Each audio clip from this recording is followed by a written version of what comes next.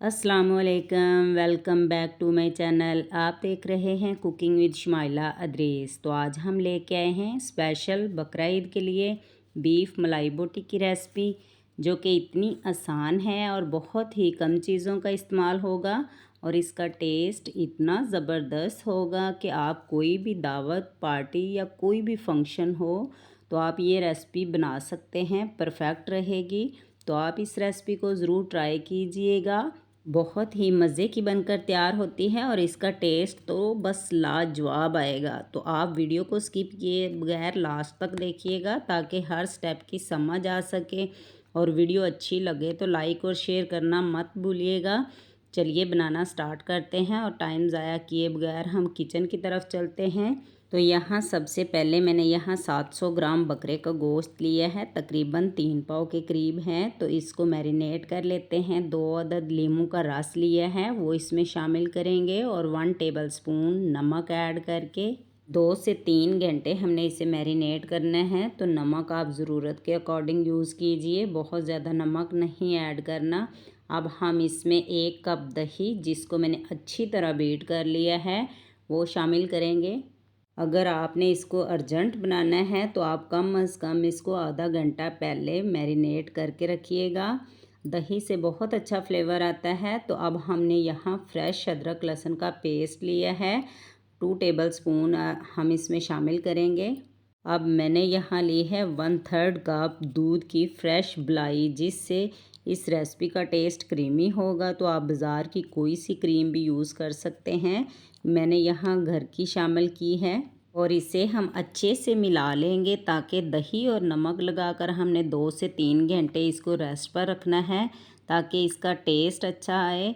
सारी चीज़ें अच्छी तरह मिक्स करेंगे ताकि नमक जो है सारा इसमें जज़ब हो जाए।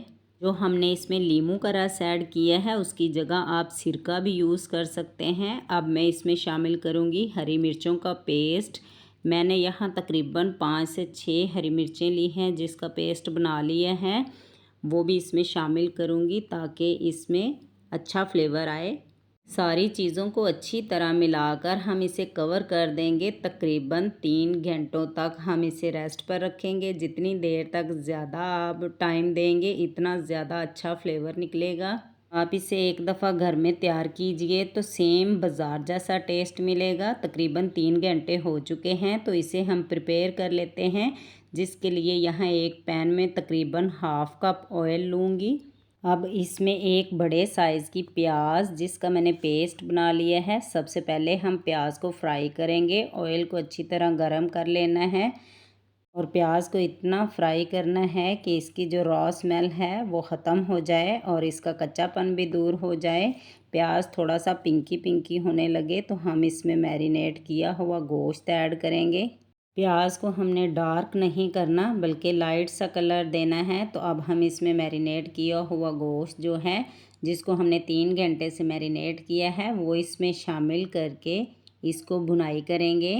मीडियम टू लो फ्लेम पर हमने इसको थोड़ी देर भुनाई करनी है। हमने इसमें दही ऐड की है, ऐसा ना हो दही फट जाए।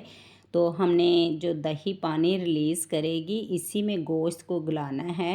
4 से 5 मिनट हो चुके हैं, गोश्त और दही ने पानी रिलीज़ कर दिया है। तो अब हम इसी को लिड लगाकर 30 मिनट के लिए पका लेंगे। अगर आपको पानी कम लगे तो आप मज़ीद इसमें 2 गिलास ऐड करके इसको अच्छी तरह पकाना है ताकि जो गोश्त है गल जाए। तो 30 मिनट हो चुके हैं, आप देख सकते हैं कि पानी हमारा खुश्क हो चुका है, ऑयल भी हमारा सेपरेट हो चुका है। तो पहले आप अच्छी तरह गोश्त को गला लीजिएगा, फिर इसमें स्पाइसेस ऐड करने हैं। गोश्त हमारा अच्छी तरह टेंडर हो चुका है, हम चेक कर लेते हैं। अब हम इसमें स्पाइसेस ऐड करते हैं, जिसमें 1 टेबलस्पून हम चिली फ्लेक्स ऐड करेंगे। तो ध्यान रहे यहाँ हमने हरी मिर्चें भी ऐड की हैं, उस लिहाज से हमने ऐड करना है। तो 1 टेबलस्पून हम इसमें ज़ीरा ऐड करेंगे, इससे बहुत अच्छा फ्लेवर मिलता है। 1 टेबलस्पून भर कर हम खुशक धनिया का पाउडर इसमें ऐड करेंगे और इसी के साथ हम 1 टेबलस्पून काली मिर्च पाउडर ऐड करेंगे। That's it. इसी मसाले में हम इसकी अच्छी सी भुनाई करेंगे। तो आप इसमें मज़ीद मसाले ऐड करना चाहते हैं तो आप कर सकते हैं। बहुत ही सिंपल मसाले इसमें जाएंगे। ज़्यादा मसाले ऐड करेंगे तो फ्लेवर भी सिर्फ मसालों का मिलेगा। ऑयल भी हमने इसमें कम ऐड करना है क्योंकि हमने दूध की मलाई ऐड की है, वो भी इसमें घी रिलीज़ करेगी। घी ज़्यादा हो जाएगा तो हम लास्ट में निकाल लेंगे। इसे हम 7 से 8 मिनट तक हम इसे अच्छे से भुनाई करेंगे।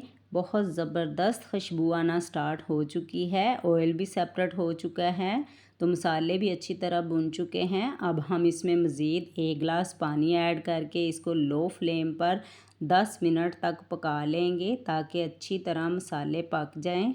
अब हम चलते हैं नेक्स्ट स्टेप की तरफ, जिसके लिए यहाँ 1 टेबलस्पून मैंने देसी घी लिया है। इसको हम अच्छे से गरम कर लेंगे। अब हम इसमें 1 अदद टमाटर और 1 अदद शिमला और 1 इंच अदरक के टुकड़े को जूलियन कट कर लिया है। इसे हम अच्छे से रोस्ट करेंगे 3 से 4 मिनट तक। देसी घी की जगह आप बटर में भी रोस्ट कर सकते हैं। इससे क्या होता है कि इसका टेस्ट बहुत ही ज़बरदस्त आता है, तो आप इसे एक दफ़ा ज़रूर ट्राई कीजिएगा। इसे आपने मीडियम टू लो फ्लेम पर रोस्ट करना है क्योंकि हमने इसमें देसी घी ऐड किया है, तो वो अगर जल गया तो स्मेल इसकी चेंज हो जाएगी। तो यहाँ हम अपने गोश्त को चेक कर लेते हैं, जो कि गल भी चुका है और पक भी चुका है, पानी भी खुश्क हो चुका है, तो ऑयल जो है सेपरेट हो चुका है। थोड़ा सा मज़ीद हम इससे निकाल लेते हैं, बहुत ज़्यादा अच्छा नहीं लगता। अब हम इसमें जो शिमला और टमाटर रोस्ट किए थे वो इसमें शामिल करेंगे। चूल्हे की फ्लेम को हमने बिल्कुल लो कर दिया है, तो ऑयल हमारा मज़ीद ऊपर आ चुका है, तो हम थोड़ा सा ऑयल मज़ीद निकाल लेते हैं क्योंकि हमने इसमें क्रीम ऐड करनी है, तो बहुत ज़्यादा ऑयल जो है वो ऊपर तैरना शुरू हो जाएगा। तो जी फ्रेंड्स, आई होप कि आपको ये रेसिपी ज़रूर पसंद आएगी, तो आप इसे एक दफ़ा ज़रूर ट्राई कीजिएगा। ऑयल को हमने सेपरेट कर लिया है, तो अब हम इसमें बाज़ार की क्रीम ऐड करेंगे तकरीबन 4 से 5 चम्मच। तो इस स्टेज पर आपने चूल्हे की फ्लेम को मीडियम रखना है। हमने इसमें दूध की मलाई भी ऐड की है, तो जब ये क्रीम ऐड करेंगे तो इसका फ्लेवर जो है ज़्यादा इन्हेंस होगा। तो देखिए फ्रेंड्स, माशाल्लाह कितनी खूबसूरत लग रही है ना, और टेस्ट इससे कई गुना ज़्यादा होगा। तो आप इस रेसिपी को ज़रूर ट्राई कीजिएगा और फीडबैक में हमें बताइएगा कैसी बनी आपकी रेसिपी। लास्ट में जो हमने क्रीम ऐड की है, इसको 2 से 3 मिनट तक अच्छी तरह भून लेंगे और 2 से 3 मिनट तक हम इसको दम फ्लेम पर पका लेंगे ताकि क्रीम का भी कच्चापन दूर हो जाए। तो बीफ मलाई बोटी की रेसिपी हमारी तैयार हो चुकी है। उम्मीद करती हूँ आपको ज़रूर पसंद आएगी। तो बकरा ईद करीब है, तो आप इस रेसिपी को ज़रूर ट्राई कीजिएगा और अपनी फैमिली के साथ इंजॉय कीजिएगा। वीडियो ज़रा सी अच्छी लगे तो लाइक भी करें, दोस्तों में शेयर भी करें। जो हमारे चैनल पर नए हैं वो हमें सब्सक्राइब भी करें ताकि हर आने वाला नोटिफिकेशन आप तक पहुंच सके और हम मज़ीद लेके आएँ मज़े मज़े की रेसिपीज़ आपके लिए, ताकि आप बना सकें बेहतरीन खाने। कोई भी दावत पार्टी या कोई भी फंक्शन हो तो आप इस रेसिपी को ज़रूर ट्राई कीजिएगा। आप इसे तंदूरी रोटी नान के साथ भी सर्व कर सकते हैं और पराठे के साथ, तो ये बहुत ही मज़े की लगती है। तो आप इसे ट्राई कीजिए और हमें दीजिए इजाज़त। अल्लाह हाफिज़।